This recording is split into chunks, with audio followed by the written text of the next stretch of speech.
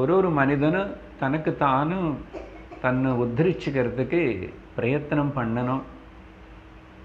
கண்டிப்பாக மத்தினை உபயோகப்படுத்தணும்.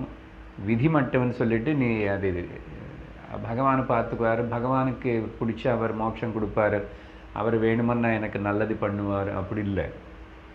நம்ம தான் பண்ணணும்.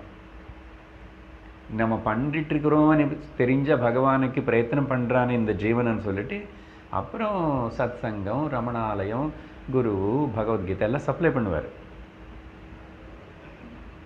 பகவத்கீதை ஃப்ரீயாக ஒன்றும் கொடுக்கல, 12 ரூபா வாங்கிட்டேன், சப்ளை பண்ணுறேன், சொல்லிக் கொடுக்குறாங்க இல்லையா. அதனால் நீ ஒன்று பிரயத்தனமே பண்ணலன்னா ஆசை இருக்கணும். என்ன நான் முதல்ல உத்தரிச்சுக்கணும். ஓகே.